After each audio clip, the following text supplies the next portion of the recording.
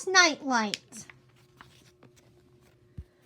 Princess Ariel loved living on land. For so long, she had watched the human world from a distance, but now she actually got to learn about it up close. One evening, Ariel and Prince Eric decided to eat dessert on their balcony. To Eric, it was a normal, peaceful night, but for Ariel, nighttime on land was full of fascinating new sights. Nighttime is so different here than it is under the sea, Ariel told Eric. What do you mean? Eric asked. Ariel smiled. Beneath the waves, the only lights we have are glowing jellyfish and a little bit of moonlight that seeps down from the surface, she explained.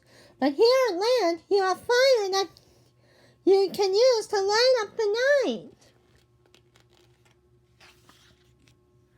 Ooh.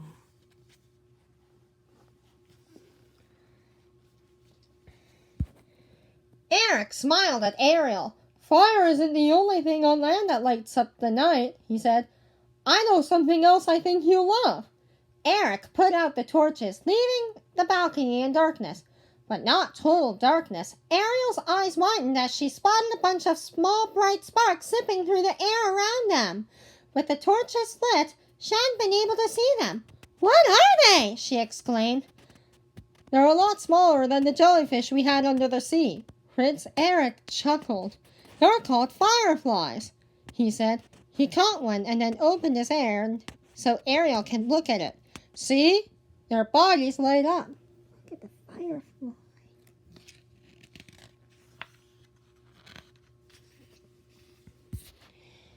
Ariel carefully reached for the firefly, gasping in delight as it lit up again. The firefly flew out of Eric's hand. Soon it was lost among the dozens of its friends.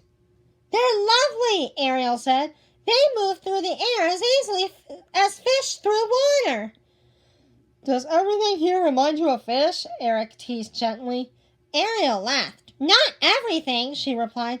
Actually, these fireflies remind me much more of something else. Ariel pointed upward. Countless tiny points of light twinkled far ahead. The stars? Eric guessed. Yes, Ariel said. Fireflies look as if they could be tiny stars that had come to live on land, just like I did. Eric raised his eyebrows. I never thought of it that way.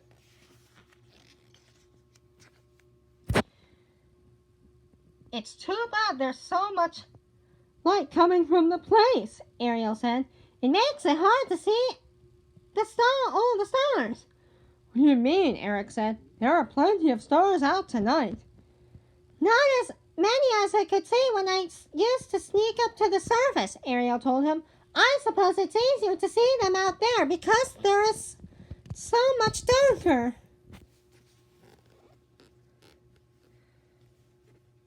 I suppose you're right, Eric agreed. Even if I put out every torch in the palace, there would still be lights coming from the village and the farms nearby. Ariel grabbed his hand. Let's go where there are no villagers and no farms, she said. Can we please? I want to see the stars, all of them. Eric looked surprised, but then he nodded. I'll summon a carriage.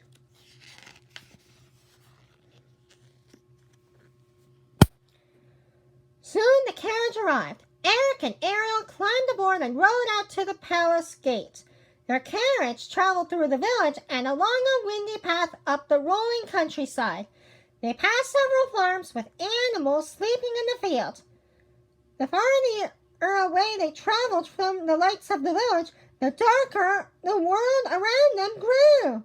Finally, the carriage came to a stop at the top of the largest hill. They are on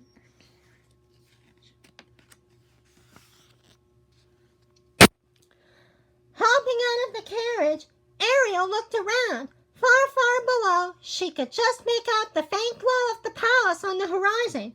A few lights shone in the houses in the village. But their light didn't reach that far up in the hills. Ariel turned slowly in the circles. Looking up at the night sky, it seemed there were even more stars than to see when she had looked at the sky from the ocean. "Oh, Eric, this is perfect," she said. Wow.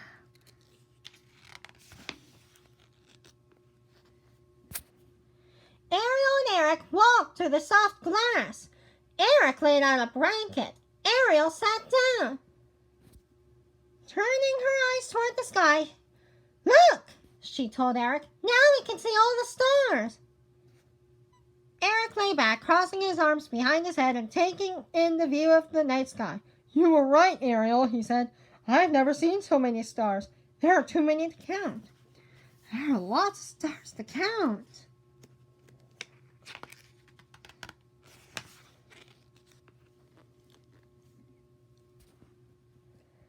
Ariel gazed upward. It's nice to be able to look at the stars," she said. "When I lived under the sea, I wasn't supposed to see the surface. Visit the surface. So I never really got to study the sky. Doesn't that group of stars over there look like a ship?" "It does," Eric said. "And those stars could be a dog. And over there, I think I can see a trident, like the one your father carries." Ariel pointed at another set of stars. "Those look like my friend Sebastian," she said. Oh.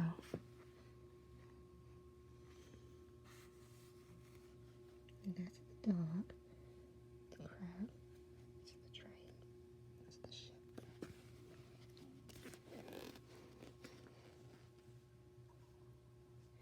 Ariel and Eric laughed as they pointed out different shapes in the stars. Suddenly, one of the stars seemed to fall from the sky. Ariel gasped. "Did you see that?" she cried. "The bright star over there. It's moving. Look, there's another one." "Those aren't stars," Eric told her. "It must be a meteor shower."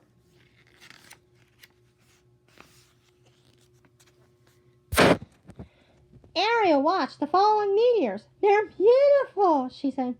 "I guess I was right after all." Eric looked over at her. "You were right about what?" Ariel smiled as the twinkling stars reflected in her eyes. "The stars really do want to come down to land."